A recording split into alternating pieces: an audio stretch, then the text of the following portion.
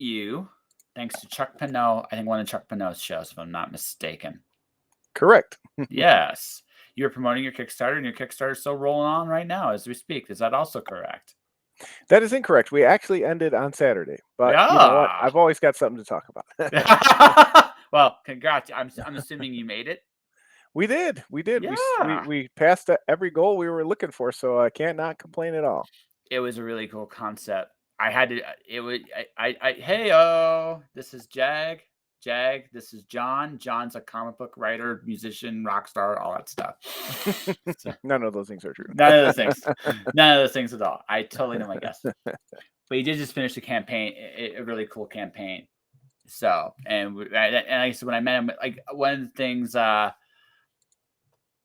of the things about Jon that really intrigued me is he has a very incredible business-minded approach to creating comics, which I think is rarer than it should be. Hard to disagree with you there, but I'll be honest. I've been doing this for about 12 years, so it definitely, hopefully, the professionalism grew over time very slowly. So, well, you're meeting me at a good time. Well, maybe I just again, just something I realized. Yeah, and there you go. Put this out there for everybody that's watching. Part-Time Comics Store, envy.com. Pick up all the works there. I'll definitely be coming back and hitting this at the end. So, yeah, as well. Because, it's always good to leave the end of the show with the last thing being the cool shit to buy. It's always good sales etiquette. So, but no, it's just it's funny. I kind of stumbled, I think, into a really good business idea to help people promote their stuff, and I'm playing with that. I'll be playing with that probably the next couple of days.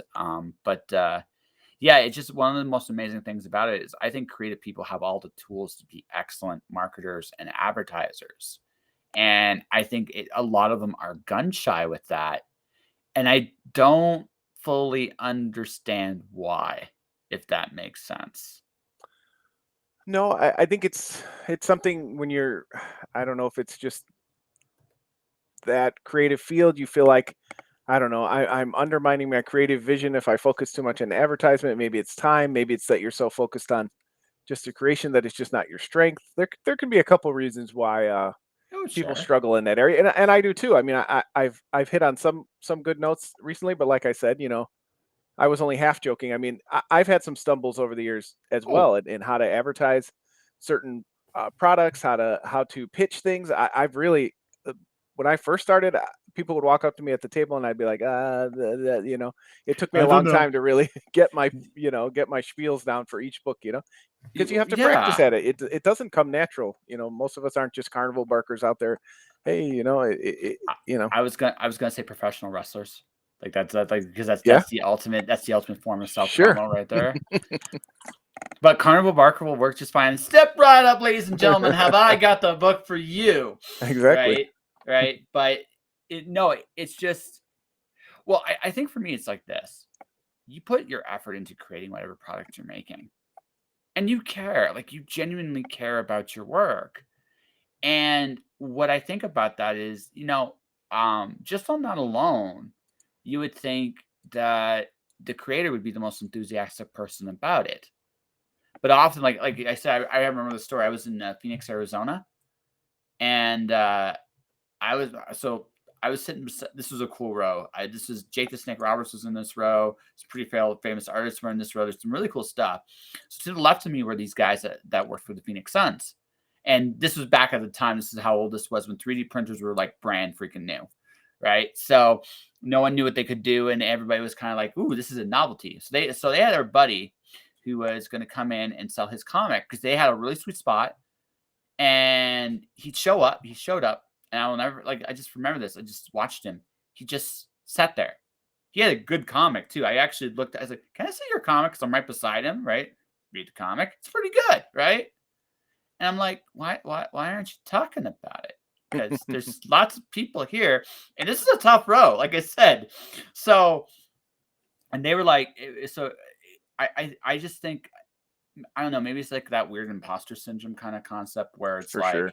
yeah, like who am I to talk about my book? But the flip side is if you don't, no one else will. especially in an environment like that, because people are overstimulated. There's lots of other books and things to look at. So if you don't find some way to grab their attention, from Mhm. name recognition or display, then you got to try to engage them. And again, that's something I've worked on too. You learn those lessons hard. When you pay for that table and you really struggle all weekend, and then you say, you know what, I got to do something different. So hopefully, most of us take feedback from other people who are successful and try to work it into. Sometimes it's just not part of people's personalities. I Oh, definitely sure. work with a lot of artists who really have a hard time with that. So I have to kind of, step up and Y fill that role too. So it's kind of come up somewhat out of necessity too. Some of it's maturity. Some of it's, what we are in a field that has a lot of people who have, social anxieties and other issues oh, going on. So they choose to write, but then when it comes time to do the other part, they're maybe not ready for that personally. So there can be a lot of reasons. Uh, sure. so Absolutely. I'm not gonna judge anyone too harshly on that. It's just one of those weird things I notice, like, because I realized that this is something I just realized, like, a long time ago. Like, the bigger the mouth I have, the more people know I'm out there, and the quieter I get, the less people pay attention to what I'm doing. Maybe I'm just obnoxiously loud. That's entirely a possibility, and I'll acknowledge that. But also it's just I think there is something genuine about. I don't necessarily think you have to be the loudest or necessarily the most engaging person in the room, but I almost feel like I think the big thing is you have to be genuine in that room. Whatever you're doing there, right? You can't have that awkward side. Oh my god, what am I doing here? Even if that is the most perfectly natural reaction. right. But I don't think necessarily need to be the loudest person in the room. You can just be like, find a way to relax and be yourself. I think that's a big part of the whole selling process. I agree. And there's other ways to be engaging, making eye contact, which again Mm, isn't, I don't want to say it's easy for everybody. Smiling, being pleasant when people do walk to your table. mhm. Just standing up, can be a way to show people you want to engage with them. So there are other things you can do if you're not the most vocal person. Last show, for really the first time I think I had ever, well, we were wearing the mask, at the time too, and I knew, yelling through the mask was gonna. So I just wrote a sign. Would you like to read a comic about a spooky social worker? And that kind of engaged people in. Oh They yeah, kind of that's saw me fun. holding the sign, and then they stopped for a second and be like, "Oh, I'm a social worker," or my uncle's a social worker," and then they would kind of start a conversation. Well, So you can and, do stuff like that. that's the other part too. It's fun. Right? It's absolutely fun. Like, what you did there was, like, fun. My very first sign, I'm gonna talk about, like, big, giant disasters. I was a complete fake. I didn't promote shit, and on top of that, the building, by the way, you feel free to swear here. You're more than welcome to swear here, just so you know. Um, right? I have really only 2 rules. Don't be a bigot, and if you're gonna be a dick, be an entertaining one. That's basically those are my 2 rules. So, Got it. um, but the thing was, like, I did everything wrong, and I had this idea, and it was really fun. It was the biggest marketing lesson I've ever learned in my life. I had the shop I was at. I had them print out large arrows, and I taped them because it was hard to read, and I taped them to the ground. Man, people followed the arrows. No, I'm serious. It was totally it was the best marketing lesson of my life because I realized something very, very important. If I try to sell you something, your typical reaction is going to be "fuck you," because I get that all the fucking time. Mhm. But I mean, even your social worker sign, right? Right? It, let's have some fun. There is, like, you tell me that you don't want to play, you're a fucking liar. You're the biggest liar on the planet. You want to have some fun?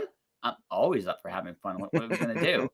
And you had, like, the awkwardly conscious social worker sign because you couldn't really talk and be like, man, I'd be screwed. I'd have to put, like, arrows or, like, rubber duckies or something on my thing so I could do my thing. But I mean, in a time like that, you had to kind of come up with your own unique ways to stand out, and that's really fun. So kudos. Yeah, even if you're, kind of internally screaming, you don't know what to say, or you really want to make that sale because you're so close to making table or whatever. Just the let the person engage. Would you like to hear about my comic? Just a simple statement like that instead of, shoving it in their hand or whatever. Some people do that and it's successful, but others of us who struggle, just find some way to engage the person. Again, sometimes it's just eye contact, a smile. They'll stop at your table once you see them flip through. Invite them to, hey, the books can be picked up. They're meant to be, look through, and that's just enough to engage them and get them through it too. Because they're going to feel awkward too coming up to all these tables and not knowing what to say either. So Yeah, it's like, hi, hi. How you doing? Fine. And it's like then awkward silence like forever. And you're Awkward. just like, I don't know where we go from here. And then it just gets like really weird. And or All the I time. I had one friend. She was amazing at getting people to come to her table, but she was like a dog chasing cars. She caught a car and didn't know what to actually do with it when they got it. So she'd get these people to come and be like, and then she'd lose them almost immediately because it was like, "Hey, we're here," and she's like, "I don't know what to do next," and you're like, "Oh." Right, Please it was buy just my one of those. comic. Yeah, yeah, please, yeah, something to that effect, anyway. But yeah, But man. the best advice I can give you though, work with amazing artists with eye-catching covers. That will do it every time. So I've definitely, I've been able to kind of lay out my tables in a nice design. I'm very fortunate in who I've been able to work with. So that helps a lot. So, can I ask a very evil question then? I'm gonna ask an evil one. Okay. What's been your favorite project in terms of the collaboration where you just felt like everything clicked? Well, I think it two come to mind. I mean, someone I've worked with a long time. His name is Bob Ornelas. We founded Kingbone. Well, he founded Kingbone Press. I joined up with him for about a decade. That was my first publishing experience. We've had several, really cool projects, but the one we put out last year, which I actually have right here, Child Possession Services, which was I just felt like, Bob did a lot of the story. I learned to flat on this book. We came up with a really cool character together. I really felt like it was kind of the culmination of our 10-year career and working together. So that, that one jumps to mind. Obviously, the most recent one, Drumsticks of Doom, I feel like Dan and I are very much on the same page as he's a current musician. I'm an ex-musician making a comic about music and just really wanting to put that into the book. So those are the two that really jump out. Not, of course, I know you say it's evil, but we try to say, no projects are our favorite, but there's certainly ones as far as the collaboration project part that you spoke about that really those are the two that jump forward to me. Well, yeah, because the reason I brought that up is because there are just some people you work better with than others. It's just not. It's not even like an evil, malicious thing. It's just the fact that you have your own personality. They have their own personality, and it's like anything else. Like you can get along with everybody, but some people you just get along a little bit better with than others. It's just how life works. And collaboration goes further than getting along, right? You can Yeah. make lots of friends and be a nice person, but when it comes down to we are working on a project that we want to put our best foot forward on, that can be more difficult with certain people. And I think if you try to jam that square peg in the round hole and say I can work with anybody, that's probably not true. Then you're being disingenuous to yourself and the other person. You know what? Maybe their style, their pace isn't where it lining up with you and what you want to do and what your goals are. And you have to be honest. Otherwise, you're going to be making products you're not proud of. Or even worse, it'll just be a frustrating grind. You don't want, Yeah, and this is not something you. I mean, there are moments when it grinds, but it's sure. not something you want to make that feel like a grind. This is a labor of love, and all the labors of love. You want to protect that love as much as possible. So you want to be with good people. You want to maybe feel like they respect you, you respect them, and you want to have a fan base that appreciates you. And that's a big part of this. I agree with that 100%. Yeah. There should be moments. Yeah, some stress is good. Those late nights you're trying to finish lettering or whatever. But yeah, if the whole project is just like you said a grind, then yeah, it's time to step back and say either take your loss. The what's the sunk cost fallacy. We sometimes go through these things because we think we're going to recover the cost, which whether it's our time or money. But the sunk cost fallacy will say there that doesn't really happen. Once you have the cost in, you can cut ties at any time. And that's something we struggle with as creators. Well, yeah, I mean, it's a business. It's a business term. You're investing your time into a product, and you know, but it's also like as a freelancer, because that's what I do when I'm not doing this. I realize like I didn't understand some things until I got into like the understand the business of it. One of the biggest pieces of advice I got from guys doing really well is like, don't work for free. Make sure that you give people what you're worth, and it's actually probably the best. Pardon me. It's probably the best advice I've ever heard.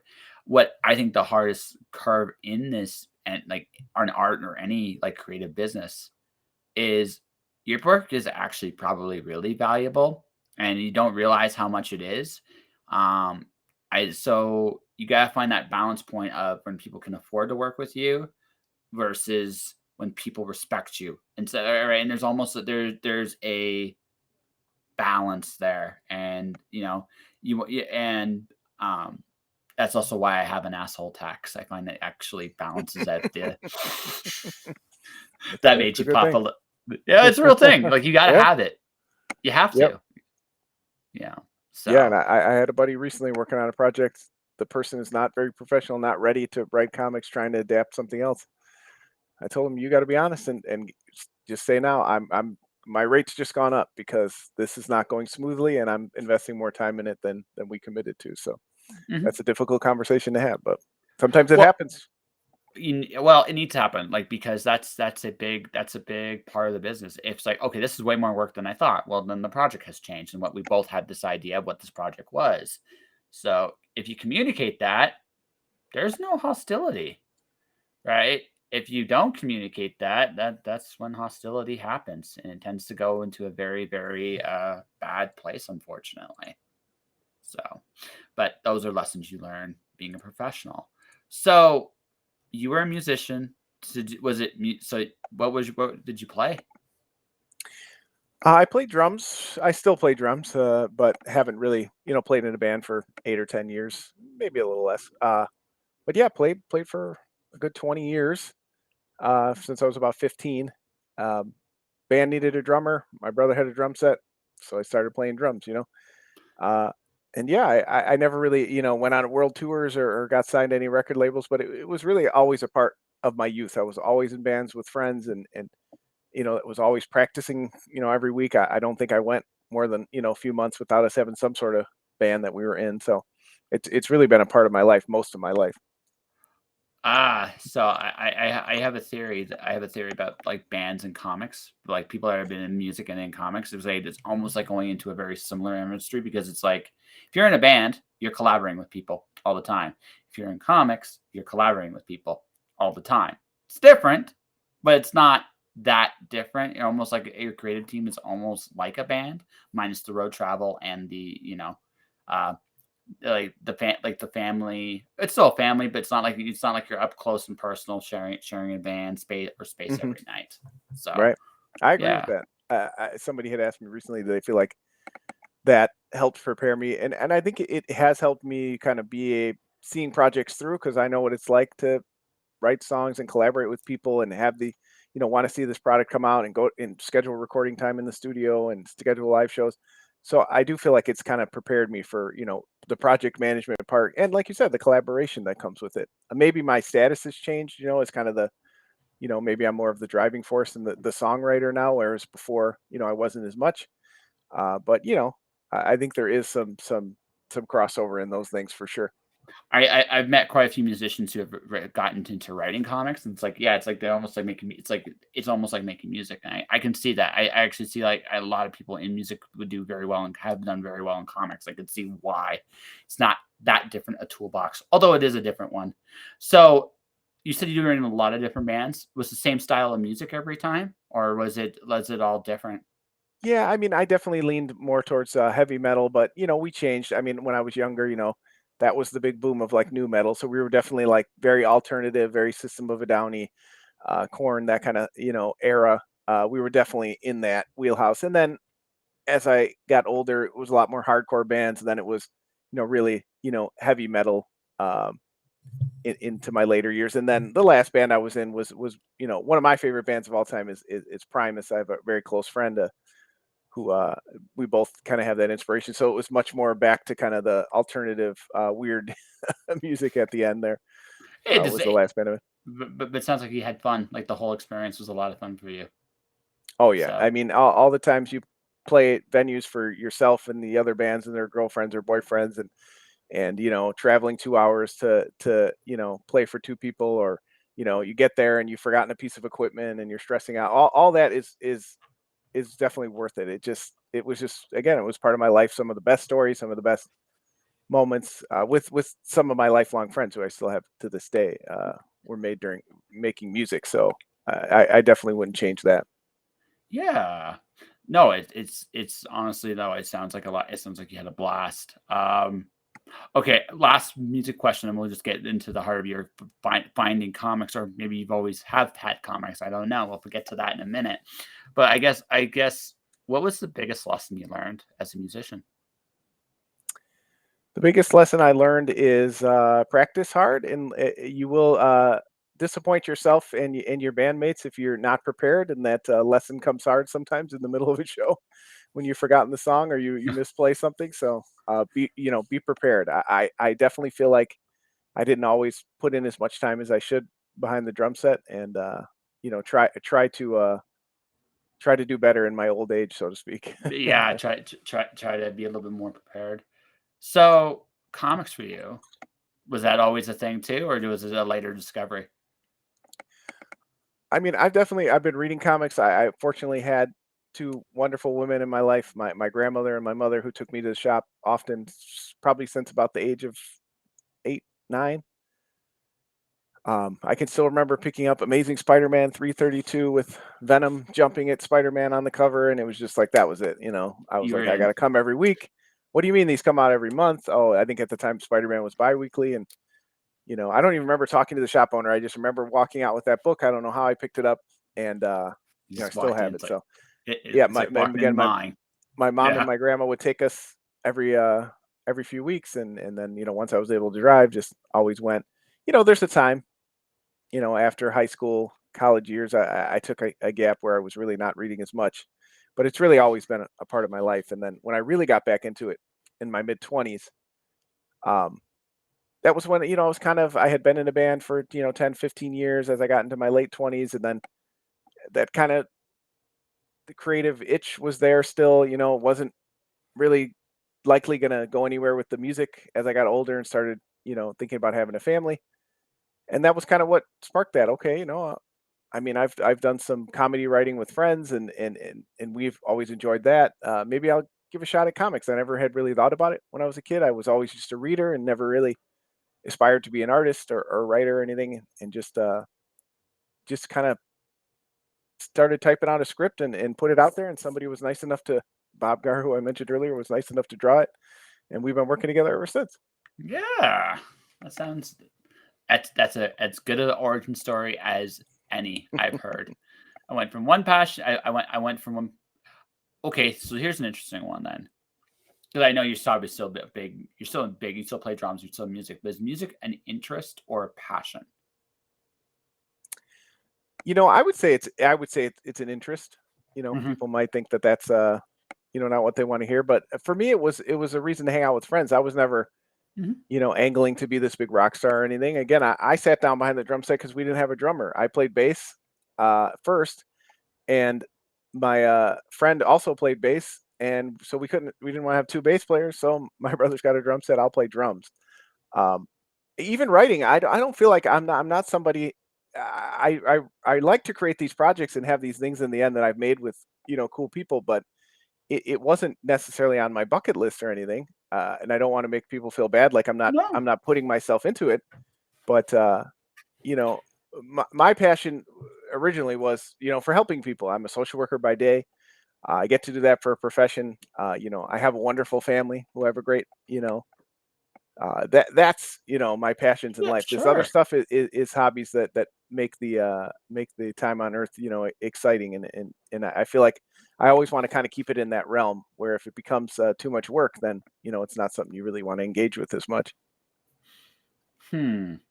Okay, so I'm just gonna ask it like this. Because I just interviewed a metal band from Spain. They're called Crusader Bards. Pirate metal, very fun stuff, right? Yeah, right. But the lead singer has very much a similar philosophy. He's like, I know the work it takes to be really successful in this industry, and I just don't want to do it. And it's that simple for him, right? I'm good like that. We're a growing band, and yes, they have wicked songs. I actually sent Chuck a sample of one of their songs. He's like, okay, Nice. it's really sweet. It is really sweet.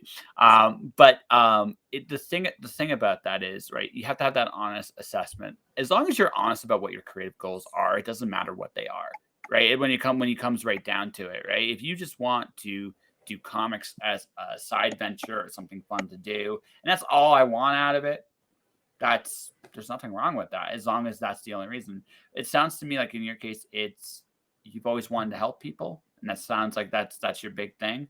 Almost sounds like even you with your music, that was a big part of why you did the drums. I just want to help out my buds, so I'm just going to help out my buds. And 15 years later, you're like, I'm still helping out my buds. Okay, I'm good with this. So is that accurate or? Yeah, I think that's always been a very satisfying part. Of course, obviously, I'm on Kickstarter. I'm making books. I'm trying to sell books. I still get a great feeling, when Mhm. shops pick up our books and carry them. Of course, I enjoy that part of it. But if there's ever a time when I sit down and I'm making product that I'm not proud of, with people that I'm not, feeling like I'm, making connections with, then Yeah. it won't be as rewarding for me.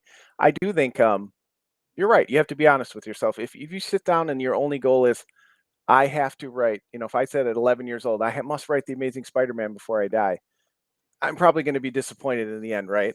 That's not, telling people not to chase their dreams or to lower their expectations.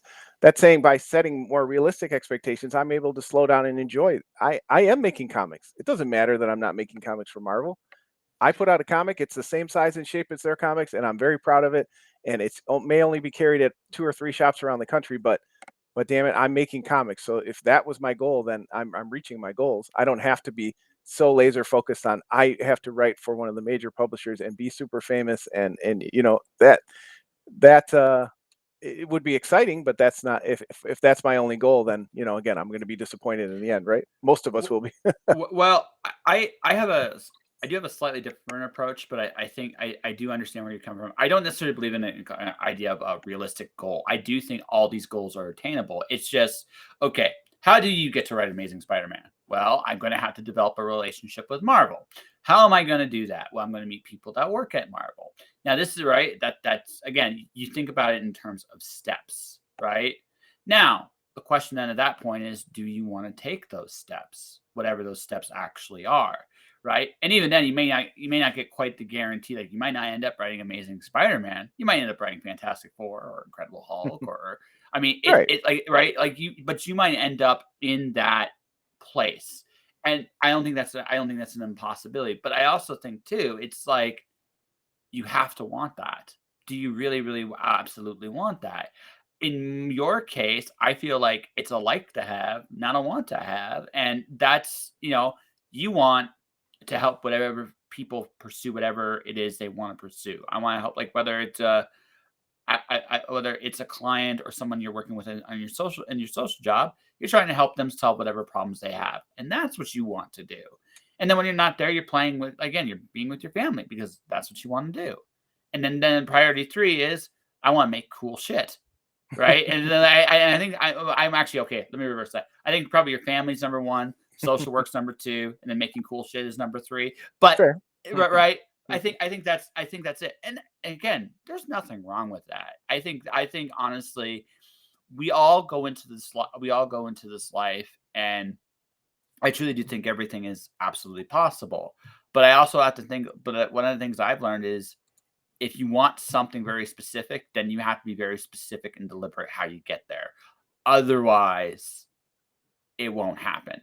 Or it's very unlikely to happen. And if it did, I don't know if you'd stay there because you just wouldn't know what to do with it if you had it. You know what I mean? Right. So, Right. and so I kind of have this, so that's the kind of been my mentality about it is, do I want to write for Marvel DC? No, I just want to create as much interesting stuff as I possibly can. That's my goal and do it in a variety of different ways. I don't think there's a right way to do it.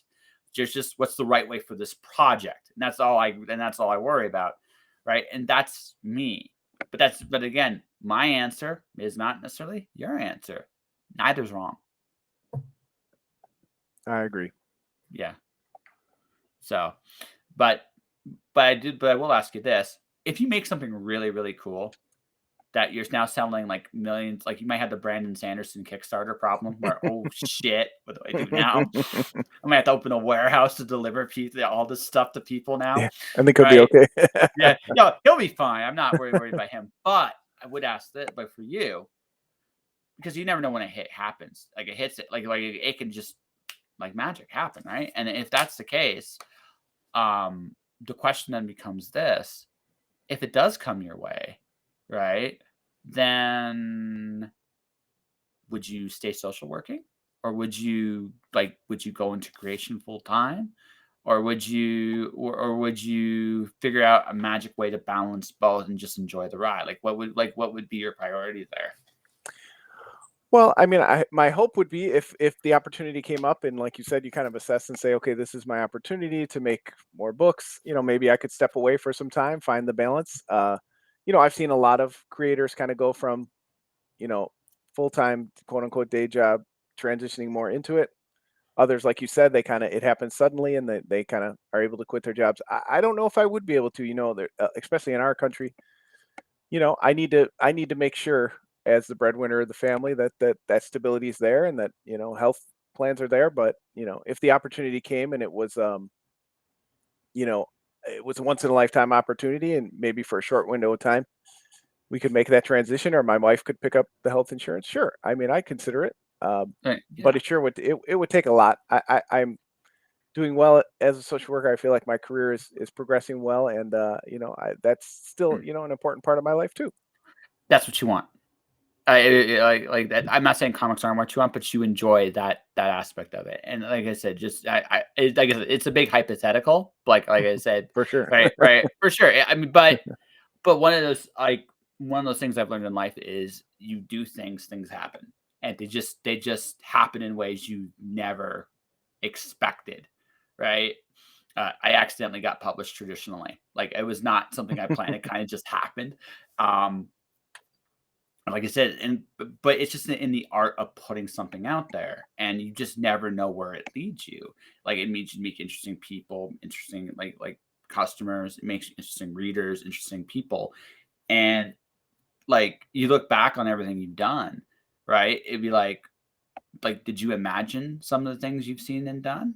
Probably not. It's been like just a really cool ride the whole way through for you. I get that feeling. Yeah, I mean, I definitely again, I kind of put a post on a message board and said, "Hey, is anybody interested? I have a couple ideas." Bob responded. I threw some out there. I had no idea, what I was Hmm. doing. Hmm. I published my first anthology with a bunch of friends. They said, "Oh, we've tried to put these books together before, and we've never been able to." And I said, "Well, I don't know much about Photoshop, but I'm willing to learn." And we put out our first book, and it sold okay, and then it was just kind of on from there. So I definitely had no 5 or 10 year plan when I sat down in those first years. Now I will say in this time around, I am trying to have some goals.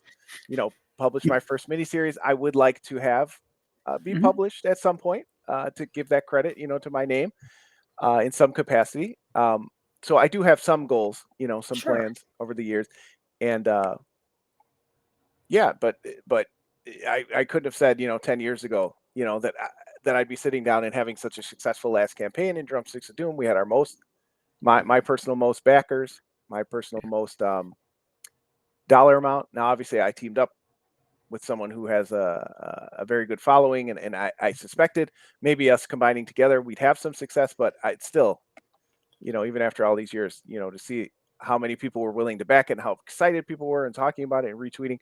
Um, that was yeah, I'm never quite prepared for that kind of response. No, it's always awesome when your work's well received. There's nothing like it. Like there's literally nothing like, wow, someone cares. Or probably the coolest compliments like you'll get is when you go to a convention or you go to or just you're just doing your thing. Someone comes up and says, "Hey, I read one of your books. This is awesome." And you're like, "Thanks." And you feel really good too. You're like, "I Yep, feel fantastic." yep. Right? There's no high like it. There's not a high like that in the world. Just someone that appreciates the work you do. And like I said, it sounds to me like, yeah, you're doing some plans and stuff like that, but you're getting bigger, and that's cool. And I hope it continues for you. I appreciate that. And again, in 12 years, I rarely have had people reach out and want to talk to me on shows and things like that. So it's nice to have people reach out and say, "Oh, Oh yeah, what you're no, doing is cool. Let's talk about it." yeah, That's no, that's a great feeling in itself. yeah. Well, see, I have a big mouth. Like I just been probably apparent like 30 minutes into this conversation, but no, it's always fascinating to me where I have found that everybody's got an amazing story. Everybody, like we've briefly touched on yours, but I mean, you are a musician. Like again, you're a man. You're pretty responsible. You got a pretty good head on your shoulders. You decided that I'm going to do cool shit while I'm pursuing whatever the American dream is these days, right? And I'm just going to pursue it. I'm going to do my thing. I'm going to do all the right stuff. I'm like, you sound like you're very happy. You're happily married. Your kids probably, probably own your life, and that's the way it should be. And you're good with that. And then you're like, well, what else is there to do in this life? And you're exploring that, and as at least in some ways you're just trying different things and going out of your comfort zone a little bit each and every time, right? So Yeah, and it's yeah, I'm very fortunate. I have very good kids. I have a wonderful wife. I have an amazing mother who, pretty much raised me on her own. And yeah, I want to give back to other people, but I also, like you said, you want to enjoy and make cool stuff while you're here.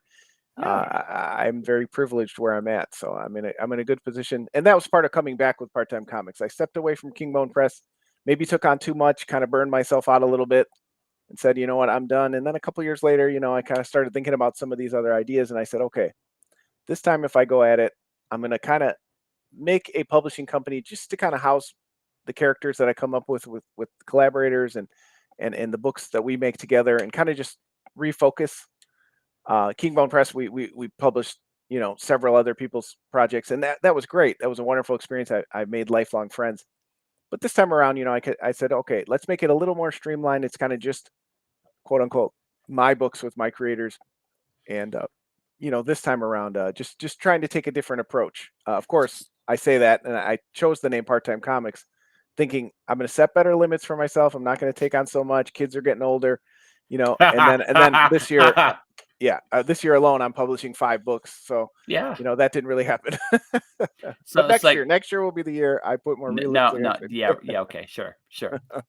Tell you what, because next year I'll probably be in the States doing shows again, and when I get to that point, I'll probably meet you. It's like I'll make you a bet. I'll buy like some kind of like I'll have to go with hard liquor, some kind, or a craft beer. Loser has to buy the other one a beer. I'm gonna say, I bet you'll be doing 5 books next year too, and you'll be like, or more, and Or you'll be more. like, are you like, there's no way, and Are you we say that setting now. the over under at 5.5? Yeah, yeah, the over. Okay, that's a fair bet. Actually, that's a fair bet. I think that's a reasonable bet. I think on with you, right? Over under. I say you're gonna 5.5. So basically, if you do 5 books and you're in an anthology, it's a draw. And if you go over that, you buy me a drink. If you go under, I buy you one. Does that You sound like got a it. deal? You got it. All right. If you end up with 5 in anthology, I'm going to be a little sad. Not gonna lie. But still, right? But I'm not gonna lie. No, I think you like again. I'm not gonna say I think hobby's the wrong word, but like not it's not your career either. Like your comics are somewhere in the middle of that, right? I just think like again, you're having fun, and that's the one thing I've noticed. Like the other reason I was interested in chatting with you on the show is like first off, Drumsticks of Doom. Just it sounds like a really freaking cool concept. Like the moment I heard that, I was like, okay, I'm in. I don't know what I'm in for, but I'm in. Nice. Unfortunately, what? But the bet, Jag, the bet. You want me to clip the bet? Clip Don't the bet. worry. We'll Yeah, remember. yeah. I'll clip it. Don't worry. Yeah, it'll go on YouTube. My bet with Jon Westhoff. Yeah, I will. I will. Yeah, my bet with John. It's like, and then I'll get like a Facebook message. I'll get a Facebook message New Year. Yeah, I'm only doing 4 books. I'm just like, wait until we get to the summer. Wait, yeah. There's always one that Wait. drops in your lap. Well, that's what happened this year. I wasn't planning on doing 2 anthologies, and then people just kept reaching out with cool ideas. Hey, let's work. And it's like, all right, let's do it again. It happens. It Yeah. could be worse. Well. I mean, the one thing about an anthology, although the work is different, it's not. It isn't less exactly. It's more like, okay, I got to figure out how to put this all together in a way that's fun. Hmm. Yeah, like you're oddly interested in my bets. Like, Keeping track of all your bets. oh, I got a Do you few. make a lot of bets on it? Oh no, so I'll tell you a couple more of my bets, and then we'll talk about the anthology stuff. So this show has won an Aurora, which is a Canadian science fiction award for the show. If I ever win another one, I am going to accept it in a tutu. I actually right, and here's the thing, I screwed myself because the bet, like the original intention of that bet was the second year. The first year I won it, I was nominated for, and not the second year. It's like, well, if I win this again, what happens? So my friend, yeah, no, The internet she was remembers everything. no, Okay, no, the no, no, no. record Thing is is, out there. she was there. This was in Ottawa, Ontario. So Pat Flelling is a writer, editor, and I made the bet with her. I forgot to mention a date. Mm. So now it's ongoing. Yeah. So if I ever win another award, I got to do it in a tutu. I kind of screwed myself there. So, yeah, she was, and so I know there will be at that if that does happen. I have also had very interesting offers for the color of the tutu I will wear when I go up for the second. I made the bet, right? So I mean, right? You're a man of your word, right? Yeah, I I am. respect that. Yeah, it's just like you got to be like your word. There are very few things in this life, honestly, worth more than your word, right? And if you make it worth nothing, I don't know what kind of integrity you got, and that's big. Like I found, like I don't care what business you're in, if you got no integrity, no one wants to deal with you. Yeah. You Some people find a way to trick people, but I'm not interested in that. If you say you're going to pay someone at this Well, time on time, you do it. You follow through. If I'm going to complete yeah. it. Now things happen in life beyond Sure, this no, particular. there's shit happen moments like that. That's legit, right? Shit happen moments, but usually that's communicated. Hey, listen, this happened. Oh, okay, Yeah. fair enough.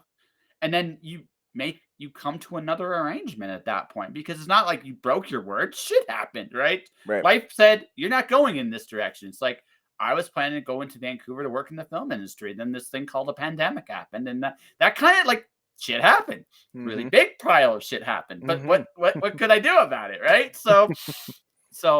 But I mean I diverted along the path I'm on now, and I'm actually better suited for the video industry now than I was prior to that. But life is strange that way. Um, but like I said, going back now to your anthologies for a second, it's a different kind of work because when you're not, you're kind of an editor, and there's good and bad that comes with being an editor.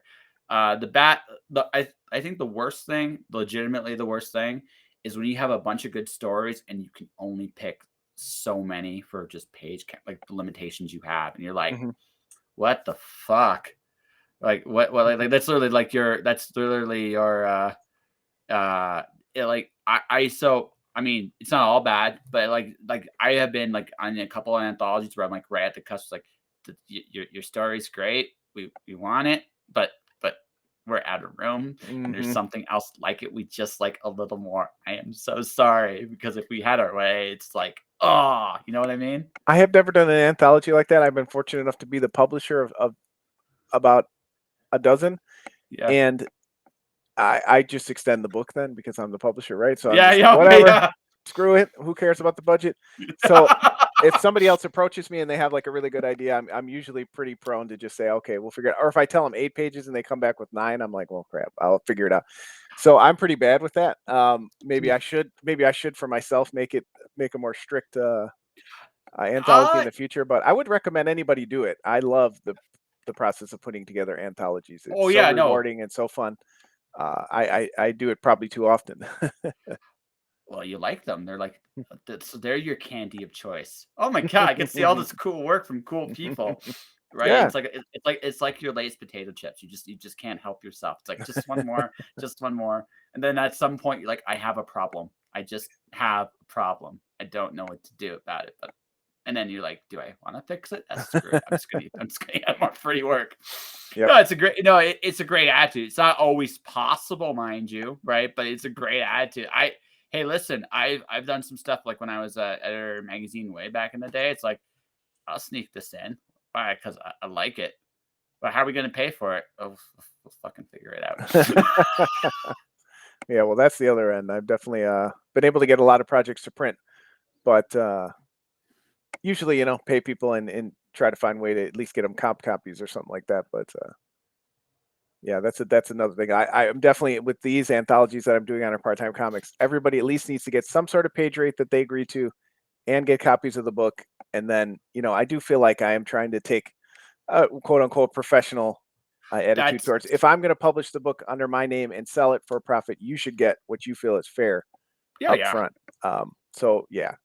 No, it's totally a fair thing. I actually just did my first piece for an anthology this week. It was actually kind of cool.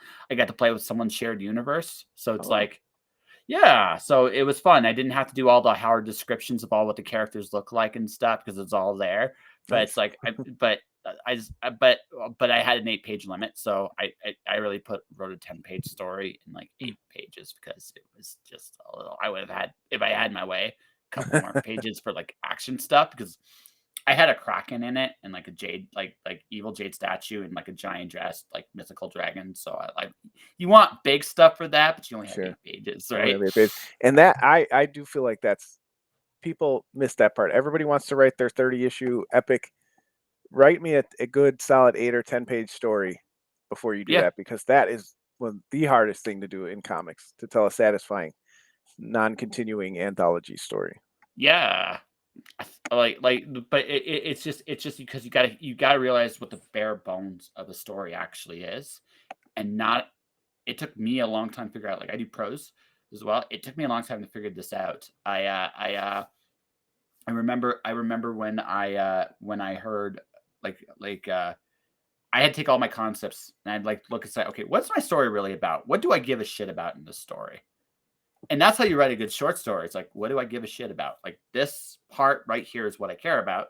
So I'm just gonna write that piece. The rest is nice. It's kind of like fluff. But that's that. But you gotta be brutal about that. And that's not something everybody can do well. No, it's not. And yeah, it usually, like a lot of my shorts, especially early on, you can tell a good comedy piece in a few pages, but outside of that, it really is hard. The less pages you have. You got time for like a gag. Yeah. Pretty much you have time for a gag with a comedy piece. I think the hardest thing to write in any form of medium is pure happiness. Hmm. 'Cause it's like a magic line.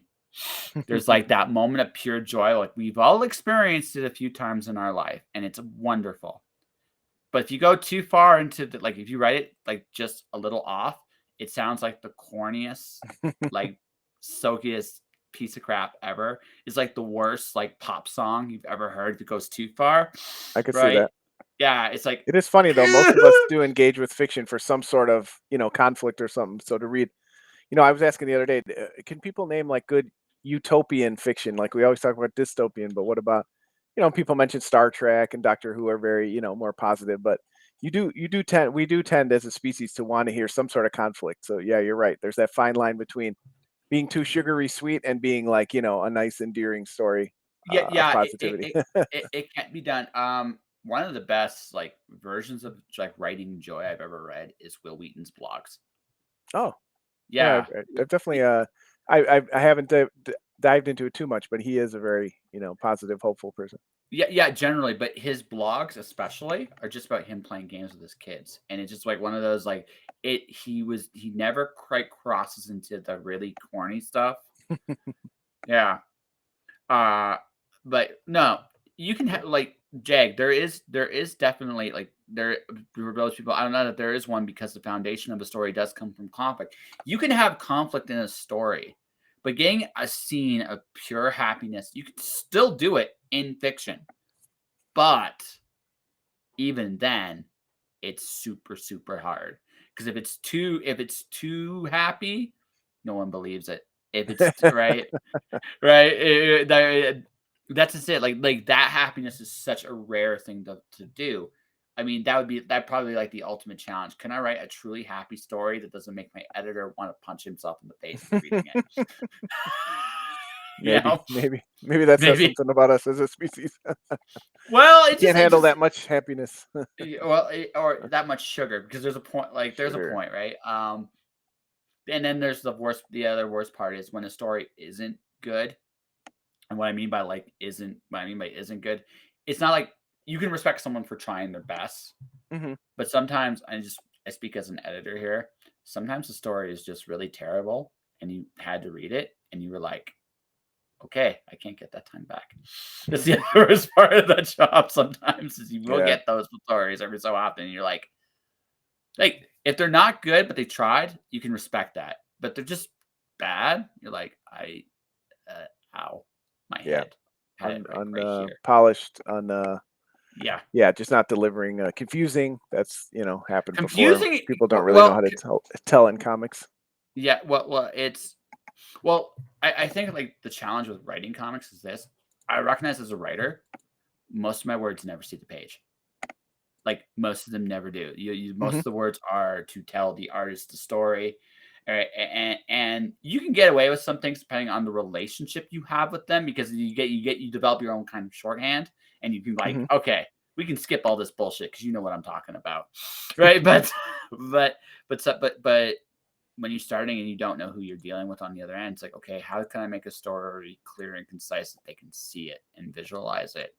And that's the challenge of writing comics, actually, is that's the challenge because the artist is going to do the heavy lifting in terms of the visuals for the audience, right? Your job is to give those visuals to the artist. Yeah. And then also then you take your ego slightly less of a beating when he does it better than you or she does it better than you do. And you're like, that was better than I thought. Absolutely. Happens all the time. Yeah. Yeah, you take a little bit more of an ego beating that way, but Yep. it's all good. It's all good. So, what's on the horizon for you this year? You've already got one Drumsticks of Doom. That was one. Drumsticks of Doom, huge success, which means more Drumsticks of Doom. We smashed all of our goals. Part of it was going in. You have your goal, and then you have your real goal, which was much higher. And I'm just, Dan and I are so elated that we were able to meet that. So more Drumsticks of Doom probably coming in the fall once we finish this issue, make sure it's completely done and shipped off. Then we can start talking about where we want to go with the series. I've written the first 3 issues, but I wasn't sure what the response would be, and didn't really want to commit, to a longer term series if the readership wasn't there. So I'm just very excited about that. We also released late last year Depowered, so we'll be having the second issue of that miniseries coming out at some point. We have another short story for CPS coming out, digital only, and we have 2 anthologies. One, our second volume of our Magic the Gathering tribute zine on the stack, and then a tribute to my favorite show of all time, The Simpsons. We're doing kind of a parody anthology tribute to The Simpsons that should be out this summer as well. Ooh, maybe I should talk to you after the show. I'm a big Magic guy. I love Magic the Mm, Gathering. I actually tried drawing Chandra yesterday on my drink and draw. First time nice. ever. Yeah. I'm a Liliana guy, but I got no hate for Oh, you Chandra. got the good Liliana too. That's really that, like, she's one of the best Lilianas of all time. Oh, she is. She is, and Yeah. I love her. She is my muse. Her and Nissa, those are my favorites. But This is my second favorite. Here's the thing. I think we both can agree with this. Jace sucks. Not I because do agree with that. He's the worst. yeah, no, and That's so and funny. and for those people listening, this is why. Here's the thing. Nisa's powerful, but she's fun to play.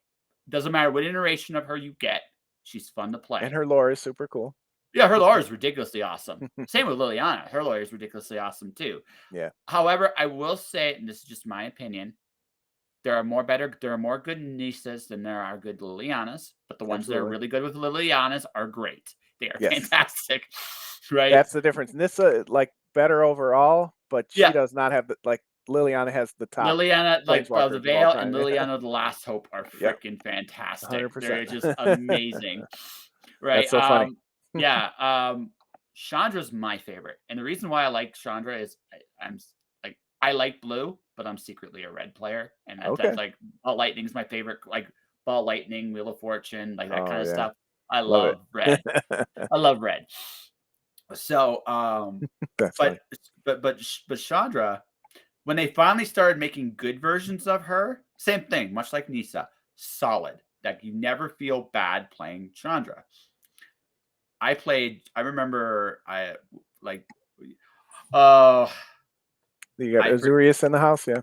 yeah, Zorius, I'm is it. I am an is it man at the end of the day. Like I am all about the is it. So I am but Golgari through and through, but I do dabble in you Simic from time to time. Simic's my second choice. If I had to choose, like Simic is my second choice. But Solid.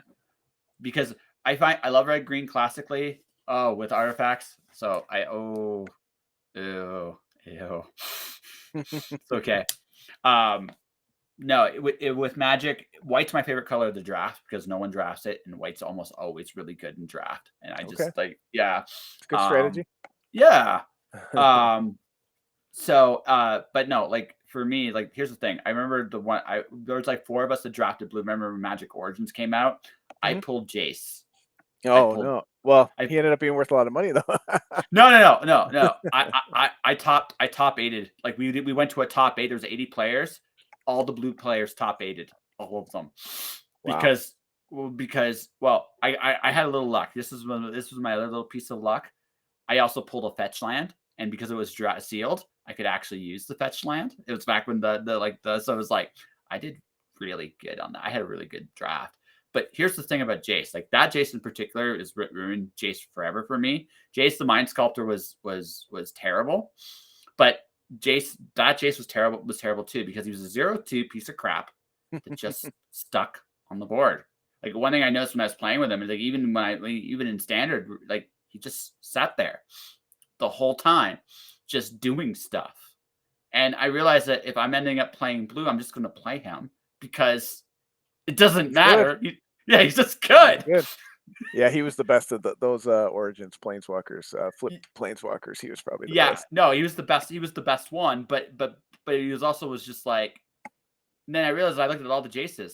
It's like you're all too good. Like you're just all too There's a lot good. of good Jaces pound for pound, but I'm not a blue player, and I just don't like Jace I know, very but much. I'm a blue player and I don't like Jace because I feel That like is if I interesting. well no because I have to use them. I particular like there are cards in blue I really enjoy. Like I love again I love some of the like Snapcaster Mage is my favorite like blue card of all time. It's just again another Great card. bustedly ridiculously gross Yeah, card that that's why they stopped right. letting players design cards. Yes, that's another ridiculously like disgusting card that no one ever should have made, but that's Yep. okay. I'm good with that. That's my all-time favorite blue card. But I'm also like I love me like Remand, the counterspell Remand. I like tricky, interesting tempo stuff with blue. I like that stuff. That's why I like. But again, I'm secretly a red player because red does the same thing, play with the tempo and screw things over. But um with red and with red, I can play different strategies. I can make big creatures, small creatures. I can burn you. I can do all kinds of things. Sure. When Jace is in the format, you almost have to always play Jace. Almost always. I think the only time you didn't was the pirate Jace Yeah, from. Pirate Jace was that good. No, he was terrible. He looked But good he was the without a only like shirt, but terrible one. But all the other ones are like good. And you're like, oh, I don't want to use him. I yeah, got my Watchy wish. I must didn't love have to Jace use because him. they definitely put some powerful Jaces out there. Like Chandra has had some good cards, but she gets dogged. Like you'll be like, oh, this card is good, except it costs 6 mana. They should have made this a 4 mana Planeswalker, but she hasn't gotten a. But she's had some good ones. I like Chandra a lot. No. I just like her lore is pretty freaking cool too. Yeah, Right, that's super why I cool. like her. And the Kaladesh one, although Kaladesh was broken for many other reasons, what a dumb set that was. But that's okay. One in a Um, long line of bad choice moves in the last 5 years. yeah, we won't talk about the last. Like, yeah, Magic in the last 5 years. There's a reason I just play Commander now because Yeah. Commander's just fun. I don't I, have to I worry. dabble a little bit in modern, but mostly Commander and cube drafting, Cube, booster cube, drafting. I love. cube drafting is the most is can be ridiculous, but the problem with cube is it's also a big giant like money pit. Like Yeah, it for sure. because you get all the good cards from all these like, and then you're like, To oh my build your gosh, own, you got to find people, or I play online every once in a while, but I love cube draft. I think that's the natural progression when you get to be an old person in Magic. oh You yeah, you get because start playing Commander. The formats that you can play casually and not have to invest thousands of hours in dollars into. well that's it. Like you just get to that point. Like I know how to play like standard. I Mhm. don't. I could still probably get back into standard if I wanted to. I don't because again it's a money pit. It's just you're just never Money gonna you're pit, never gonna. time pit, Um, and then it's like by the time you get where you want to be, they're rotating the format, and it's like, yeah, I yeah, it got out of was. standard real quick. Yeah. So that's standard. Commander's fun. Commander because again, I mean, you can build busted commander decks. I want to build a gambling deck. That's basically my next, like the red blue, like gambling flip book. I don't care. I'm gonna play. It's the dumbest deck ever, but I'll put in stuff like Grip of Chaos so nothing can be targeted, and just watch people just slowly lose their minds. It's glorious. I'm an evil player when I play, but the thing is, like, I can have fun in those formats. Don't invest a ton of money if I don't, right? Or Yeah. I can invest a ton of money, but it feels like it's my choice, Yeah. right? Right. You put a lot of your Whereas, personality into Commander. It's I found it. It's what got me back into Magic after a long break. And then yes, I kind of played again. I played Modern for a few years and thought I was going to be, a little bit more professional. That's part of what took away a lot of my comics making time. And then then I found my way back to Commander Cube, and now I'm like, yeah, this is good. I have a couple Modern decks in case people want to play, but yeah, I just want to be able to pick up casually and not have to look at every card and every spoiler and update everything every week. no, Jay, Commander honestly is the perfect multiplayer casual format. Everybody has a good time. You can put some little house rules in to make sure everybody can do stuff. Yep, There's lots of ways to make Commander fun. And that's why that's like, why it's Magic's most popular format. yeah, because nobody wants to play. And yeah, no one's wanted to play standard for a few years because they just keep breaking the format. Also, I would never want to see another um oh, black white, Jack, black white. Probably, or Yeah, mono black. probably. It's like third. Like, I I love mean, Orzhov. Orzhov underrated. not in Commander. In Commander, it's actually quite good. The more players, it seems, the better it gets. Yeah, get you No, no, no, Edgar no, Markov out no. there. No, it really doesn't. No, it doesn't shock me. It doesn't shock me at all. I'm red blue all the way. That's just me. I'm a trickster when I play the game. That's just who I am. But all right, and The Simpsons, real quick here. So, is your favorite era everybody's favorite era of The Simpsons? Yeah, I mean, it definitely was my era. I grew up around that time. I was probably, I don't know, 8 or 9 when the show started, and then when I was, in my teens was in its heydays. So, I'm not as much of a purist. I think the show was really good until season 17 or 18, and then I get people's criticism after that. Um, but yeah, I definitely, the first 13 seasons are the peak of television for me. Yeah. Well, I still think the monorail is the greatest episode of all time. That's I just can't argue with you there. My favorite will always be the softball episode, but that's just, that one's good. That that's one one's of those good. classic episodes. And I Hank Scorpio, of course, that's one of my That's number favorites. 2 on my list. Oh, see, we're the same then. Yeah. We have the same number 2, a different number 1, but we have the same number 2. That's funny. No, I do love that Daryl Strawberry was made to openly weep in the show when he got taunted. It's like, this is great. This is fantastic. So good.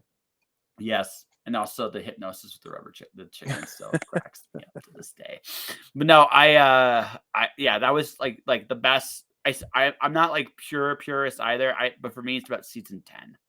Because I think what happens with a show that like that is it says everything, and I can't fault them on a business level. I mean, if Fox kept throwing me stupid piles of money to make cartoons, I'd do it. Absolutely. I'm that kind of I do not throw any shade their way. They're still selling merchandise to this day, in the millions and yeah. millions of dollars, and I But if I cannot want to fault watch a them. But funny Matt Groening show, I'll watch Futurama at this point. yeah, But that's the funny one. I'll go watch that one. I can see that. I'm glad it's coming back. Yeah, but The thing about Futurama is they never quite said everything. They never quite did everything, and so there's still places it can go. Again, there's going to come a point even with Futurama that it's just going to be like, okay, yeah, no one hates Futurama. I don't know, I know when they yeah, brought it back on Comedy Central, there was some naysayers. It wasn't quite hit in stride. So hopefully it gets a better ending this time around. But hopefully it doesn't linger, like you said, because sometimes you say what you need to say. South Park said what they needed to say. Simpsons within that universe, and then it just kind of becomes, I don't know, shock jock or whatever you want to say. Like now it's just it's like this, right? You created this wonderful gourmet meal that everybody liked. Now everybody wants that gourmet meal, so you become McDonald's. Yeah. Right. And yeah. On a business level, it makes sense, right? It does, like on a business level. Churn it out as cheap as you can for as long as you can and make as much. I get it. Fox is no dummy for that. Well, now it's no, Disney. and the thing is, like, you have a familiar brand that people know. Now, I haven't watched The Simpsons in so long. I don't. I know it wouldn't be the same show I grew up watching. It's not. But it's not supposed to be either. It's very much what it's designed to be. And on a business level, I totally get it, right? On a creative level, I'm totally sad. But that's Yeah. but I mean that's but at the same time, it's I can like I think the beautiful thing about media and comic runs of the past Mhm. is you can go back to your favorite runs and you can say it never goes past that point. It Boy, right when Simpsons fans complain about it, you can tell that they aren't comics fans at the same time, right? Or they're not, because boy, we all go through that, right? I love Amazing Spider-Man, but it's been long since I've read that. That my era is gone. I had my formative years, and now to go back, wi- maybe there will be better runs. I won't say there will never oh will shit. be, and I don't fault again Marvel for putting it out, for how many ever years. But you don't have to love every era to love Spider-Man or The Simpsons, So I No. think that's a good The that's a only time I punish myself a little bit, I mean, we all have that as franchises, we punish ourselves just a touch. For me, it's Green Lantern. Oh, okay. Yeah. Okay. I finally cut the cord on Spider-Man at 700. I said, "This is my time to get out. Oh, I've read what no, I need to read." for me, Spider-Man was 500. The Happy Birthday Okay. was a Oh, really really? good way. I honestly, like, to be perfectly blunt, that's, like, the best ending for him. Like, honestly, because when you get to the end of that, thing, he gets 5 minutes with Uncle Ben. Yes, I'm spoiling it's a comic from, like, 12 years ago. 20 years ago. Shoot me.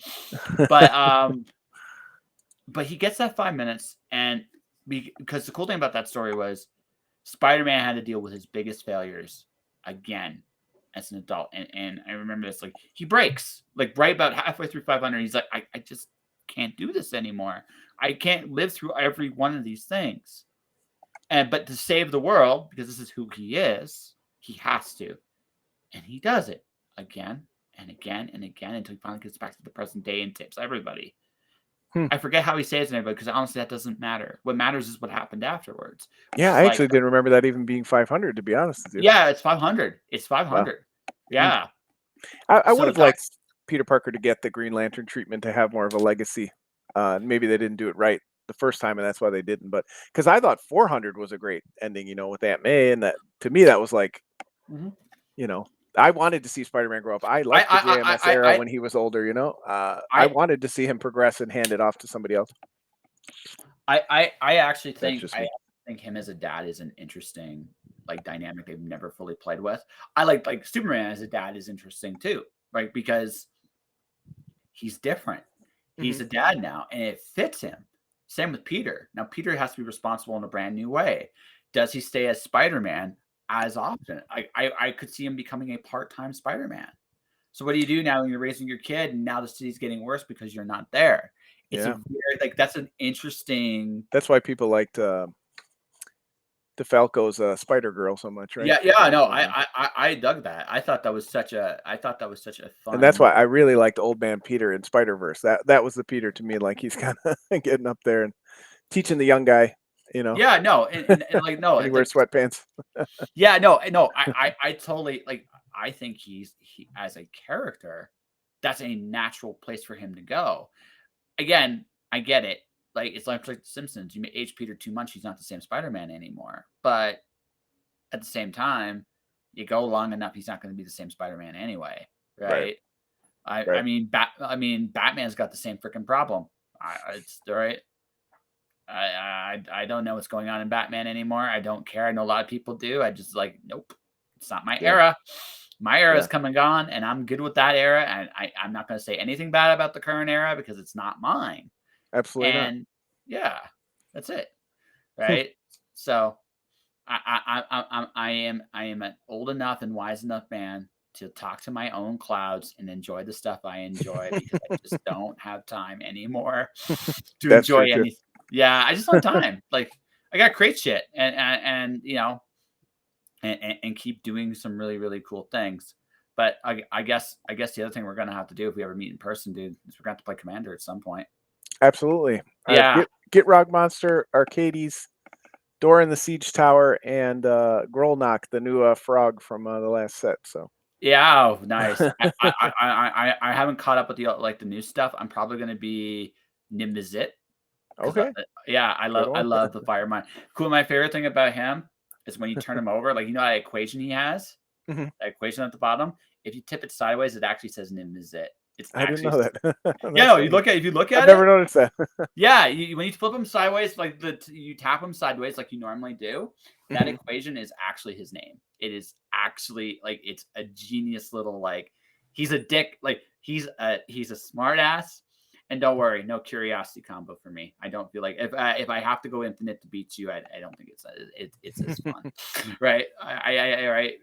Right, but no, like I'm a red blue guy. But the thing is, like yeah, like I love like the lore of Magic is really fun that way. Is like all these characters have their different places of where to come from, and it feels like um actually this is a good way to final talking and we'll promote your stuff. Games. I like the interesting thing about like if we talk about like comics or television, there's a point where the characters grow to a certain point and they stop. But games, okay, we talk Magic for example, right? There's no more Gideon Juras. There's no more Elspeth. Man, White loses. Elspeth was a little busted. I can see why they got rid of her because where do you go from there? But um, but games evolve. And that's like game franchises have the ability to evolve in ways that I feel like creative franchises like comics. Comics you have that option, but you're playing that balance of my property is selling because of this. If I change it too much, I have the same sales. Mhm. Games seem to have more freedom to do that. Do you think it's because of the interaction of the games? Or do you think because of the fact that they take more chances? Like they're more inclined to do Oh, that. I get that's a curveball. That could be, just that they're more willing to do it. Maybe if comics just like I said, if Spider-Man changed every 10 years, maybe people would just be used to it. Um, you could be right. Maybe they're just stubborn, or they get like you said, they get so focused on people read for this, so I better not change this or I'll lose them. Yeah, that's a good point. But you're also right. Games are a little different, right? A lot of it, like Magic, they could take the art off the cards, and of course, so many of us love the art and the lore. But the game mechanics do keep a lot of people playing. They like the strategy part of it too, so they have a little bit of an angle on the that comics can't or other media can't really Yeah. mimic. Yeah, interactions is very much a language of games that's the one thing games have over all other forms of medium is the interaction notice. If the games have a Which good is why interaction. Magic is so great because they even though they've had some stumbles, especially with some of their lore, some of the stories, but they bring all that together. Amazing, world class art, Mhm. amazing mechanics, such a fun game, cool lore. It's like what wouldn't you like about it? Yeah. Favorite set all time. Favorite set all time. I mean, one of my first was Torment. I was definitely a black player, when I first It's a good set. started. So I kind of have to say Torment just because though a lot of the cards in that set are just so iconic in my mind. But I also really loved Kaladesh. That really brought me back into Magic and Cons of Tarkir around that time. Cons is a good set. I'm not as crazy about Kaladesh because it's when it broke the game again. Yeah, right. That's I just that's really enjoyed it. I really got back into it with one of my close friends, and we drafted that set a lot. But Cons, that was the one where I saw it online, and I was like, "Oh, Siege Rhino! Oh, I love 3-color cards and multicolor. Apocalypse was yeah. another favorite set of mine. Love that stuff. Narset was my favorite. Narset was my favorite card in the set. I built a Dragonstorm Commander deck with her. That that Okay, it's ridiculously fun. You get 4 spells and get 4 people love dragons. their Narset. Yeah, she's great. Yeah, it's just a fantastic card, right? Just a fantastic little card. Um, but Yeah, I got to go Torment though. That was about the time I nah. started. Uh, So Still a classic. me it's either Ravnica, right, Okay, or Zendikar. okay, both great. Yeah, Not the the original 27 Ravnica times we set. returned, or What? the originals, not the 13 times No, we've no, no, returned. no, yeah, no.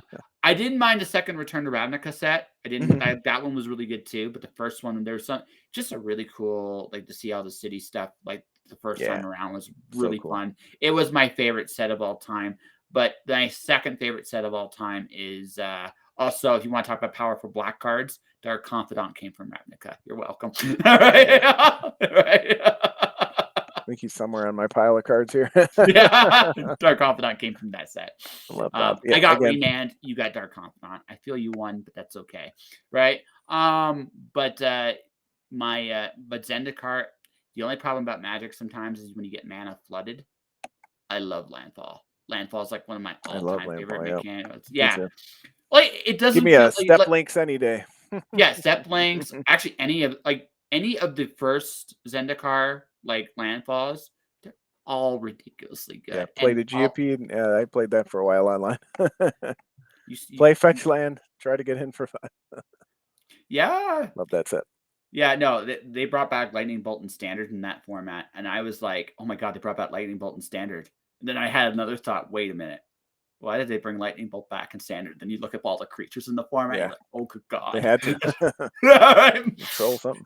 Yeah, yeah, Yeah, yeah. Well, just oh yeah, no, like Zendikar like is just a super fun like world. The second set not so much. I haven't touched anything this last year Magic because of life, but yeah. it It was yeah. okay. It was definitely Was it didn't live up actually to the Adventure Zendikar. Zendikar, not Eldrazi Zendikar? Because I that was the thing about the second one that's really sucked was it was a lot of Eldrazi. Yeah, yeah. They were. This time it wasn't, but yeah, it just didn't quite hit the home runs on the mechanics. They powered down a lot of the cards, which they kind of had to, right? That set was a little Well, busted, but it's like they give the you a little taste of it, but it's not quite the same. The watered down. It's like, don't even do it then. Just do new mechanics. actually, my favorite of all the landfalls, ironically, was the equipment one. That one was just silly. Like it was like a little like ratchet knight. If you put it on in landfall, it just got bigger, Okay, I right? don't remember that one. I definitely did not get to experience the original Ravnica and Zendikar. I was out during that era, so I had to go back and I experience. So was I know I missed a lot of good Magic around that time. so the original Ravnica, and then we'll wrap this up. The original Ravnica set. The cool thing about that was my favorite standard of all time. You could literally that was a home brewer's dream because you could just come in with a home brew and win the tournament. There were Right. some like standard decks that were great, but you weren't out of it with a home brew. It's one of the few times ever in the game where it's Yeah, like, that's rare. yeah, you would literally walk in. There was something like 13 decks like you could go with That's two or great. three colors. So it was like it's my favorite standard. Um, Zendikar is my favorite set to. It was my favorite draft because just of all the, it was powerful, like Tempest powerful. It was like powerful, but it felt fun. And they just figured out you can make creatures as powerful as you want. It doesn't really matter as long as they have to interact. And that was the whole secret of it. Zendikar might have been a little too good, but it was still fun. The second Zendikar made me sad. The third one, if they stuck to the adventure stuff at least, okay, Yeah. yeah, it'd be cool. John, you're a cool dude. You're really, really cool dude. It sounds like you're doing a lot of amazing things this year. Good luck. Hey, And thanks, man. It was nice to talk to you. We'll have to play some Magic someday. If anyone does want to talk Magic, I'm anti_drummer on Twitter. That's where I mostly talk about Magic all day. So yeah, follow me there. you will get one an anti drummer. That's it right there. Yep, Uh, anti_drummer. That's it. yeah. No, and like I said, I'm gonna go back up here real quick. Oh, here I drop it in there. So hold on a second here. Give me Yeah, a so second follow here. me on the Twitters. That's where I mostly talk about I'm also gonna Magic the Gathering. I'm just gonna go back here because yeah, I'm just going back to Stormy. Or do you want that link instead? It's up to you.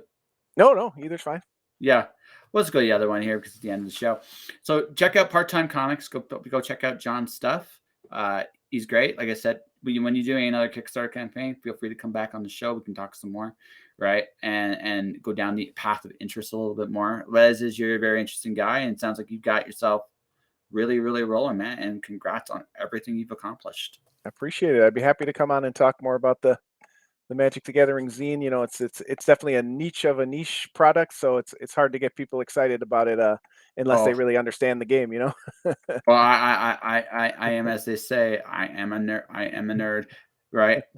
So I love that stuff. It's just like I said, at this point in my life, it's commander or bust, and you got yourself a new follower. Da-da-da. Thank you for participating in the chat. Yeah.